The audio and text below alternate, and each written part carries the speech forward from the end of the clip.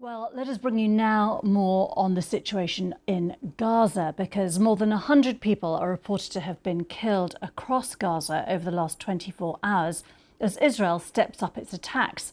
So what do we know about those latest Israeli strikes on Gaza? Here's BBC Verify's Merlin Thomas. Over a 24-hour period, Israel intensified its strikes in Gaza, hitting 2 hospitals as well as Jabalia in the north. Israel says it was conducting strikes against Hamas fighters. We verified the strikes of the 2 hospitals here, the European Hospital and the Nasser Hospital. They're both in southern Gaza. Let's start with the European Hospital, which was hit Tuesday evening local time. Multiple bombs were dropped simultaneously, leaving large plumes of smoke rising from the hospital site. The attack killed and injured dozens of people, according to the Hamas-run civil defense agency. And how deep the impact of those bombs are in this video. And here's the aftermath, which shows a damaged bus hanging inside a crater. This video was filmed in the hospital's courtyard. We've counted and verified 7 craters around the hospital building, which we've mapped out here. Munitions expert Trevor Ball told BBC Verify that so-called bunker buster bombs were likely used in this strike.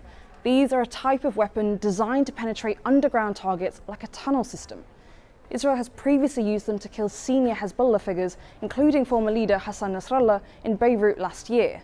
Now, the target of the European hospital strike was senior Hamas figure Mohammed Sinwar, the younger brother of the former Hamas leader in Gaza, Yahya Sinwar, who was killed by the IDF in October. But the IDF haven't yet commented. Now, Israel says it targeted an underground terrorist infrastructure at the hospital site, but they didn't provide any evidence of this. They did release this video, which they claimed was of the European hospital, but that's incorrect. A school a few hundred meters away, and we've reached out to the Israeli army for comment about this, but we've not yet heard back. Now, in the early hours of Tuesday morning, the Israeli army also struck another hospital, the Nasser Hospital, with we verified this footage of smoke billowing from the 4th floor window of the hospital after the strike. Images like this, shared online, also show substantial damage inside the hospital building. Hassan Asleh, a journalist who has reported extensively from Gaza for many years, was at the hospital receiving treatment at the time of the attack. Verified video of the aftermath confirmed he was killed at the scene. Now, Israel has accused Asleh of direct involvement in the 7th of October attacks. He reported on the assault and shared photos of himself at the scene. Israel strikes have killed around 100 people over a 24-hour.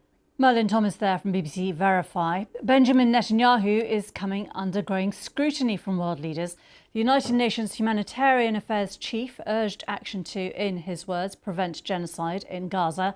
In the last few hours, the Israeli Prime Minister accused the French President of siding with a terrorist organisation after Emmanuel Macron criticised Israel's block on aid getting into Gaza. Here's the clip in question. I saw all the aid that France and so many other countries were delivering to El Arish, which was blocked by the Israelis. And so I say it forcefully. What Benjamin Netanyahu's government is doing today is totally unacceptable. There's no medicine. We can't get the wounded out. Doctors can't get in.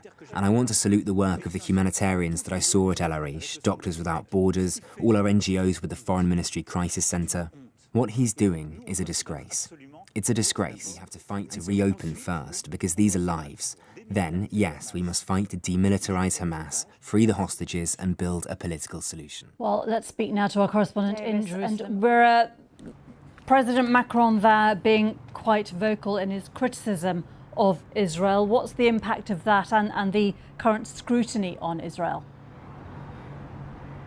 Well, there's increasing pressure, increasing calls from around the world, from within Israel in part, and parts of the Middle East, for Israel to do 2 things: to pull back from this huge expansion of its military intervention in Gaza, and also to allow aid in. There's medical aid needed, there's fuel needed, and there are medicines needed, and none of that has got in now for more than 70 days. A variety of organisations, also the World Health Organization, Oxfam, have all pointed to the acute humanitarian crisis in Gaza. We've seen images coming out of Gaza of people in dire need of quite yet a famine in Gaza, according to a collection of UN bodies, but the situation in the Palestinian enclave is nearing that. Most people in Gaza are suffering from food insecurity. They don't know where their next meal is coming from.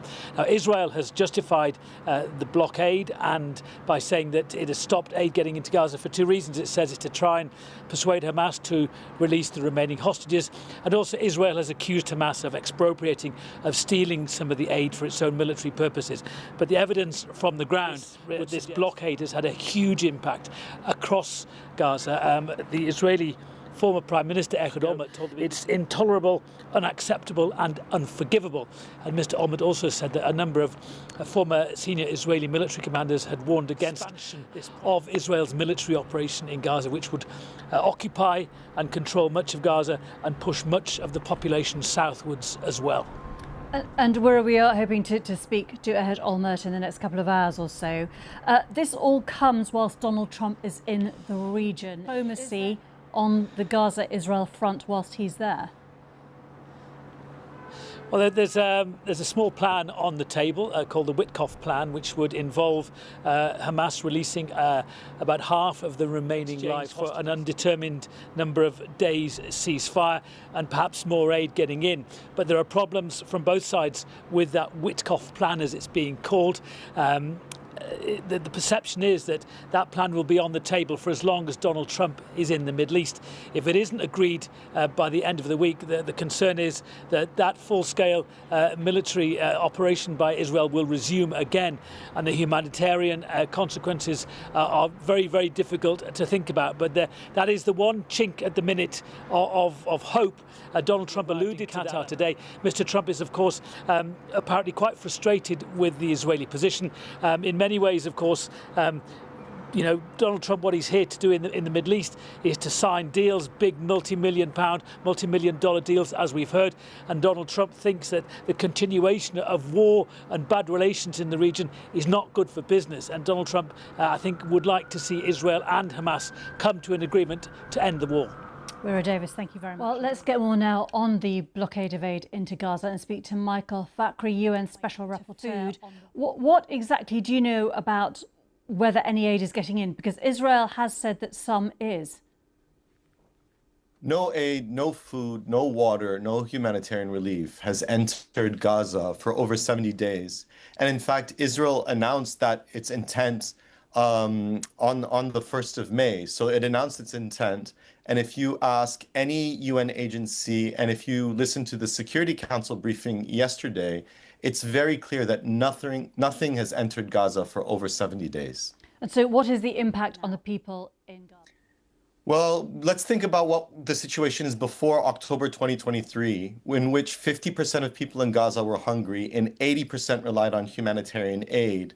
By January of 2025, the International Court of Justice recognized that there was widespread starvation and famine in Gaza. The situation is worse than it ever has. So it is clear that famine is spreading quickly across Gaza. This is the fastest famine and the fastest starvation campaign we've seen in modern history. What do you say, though, to those voices in Israel who say that the aid was being taken by Hamas? Some say that it was then being sold and used for their own military purposes and that they cannot allow that to continue.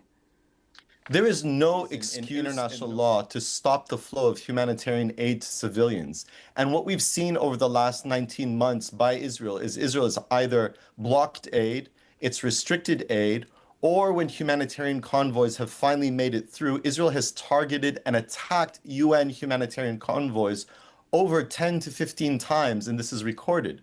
So Israel has killed a record number of UN and humanitarian staff, more than any modern war that we've ever seen. What about this alternative plan that's been suggested for getting aid in, potentially backed by the US?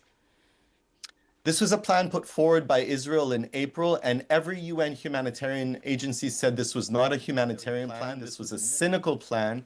This was a plan to corral people, and it contravened every humanitarian principle. The US has now taken over this plan, and we have yet to see any difference. So this is not a plan to feed people to stop starvation. This is a plan to corral people into southern Israel and to pick and choose who gets humanitarian law. So every UN agency, every humanitarian agency, and the consensus on the Security Council is this is not a real plan to help civilians in Gaza. Michael Fakhri, UN Special Rapporteur on the right to food, thank you very much.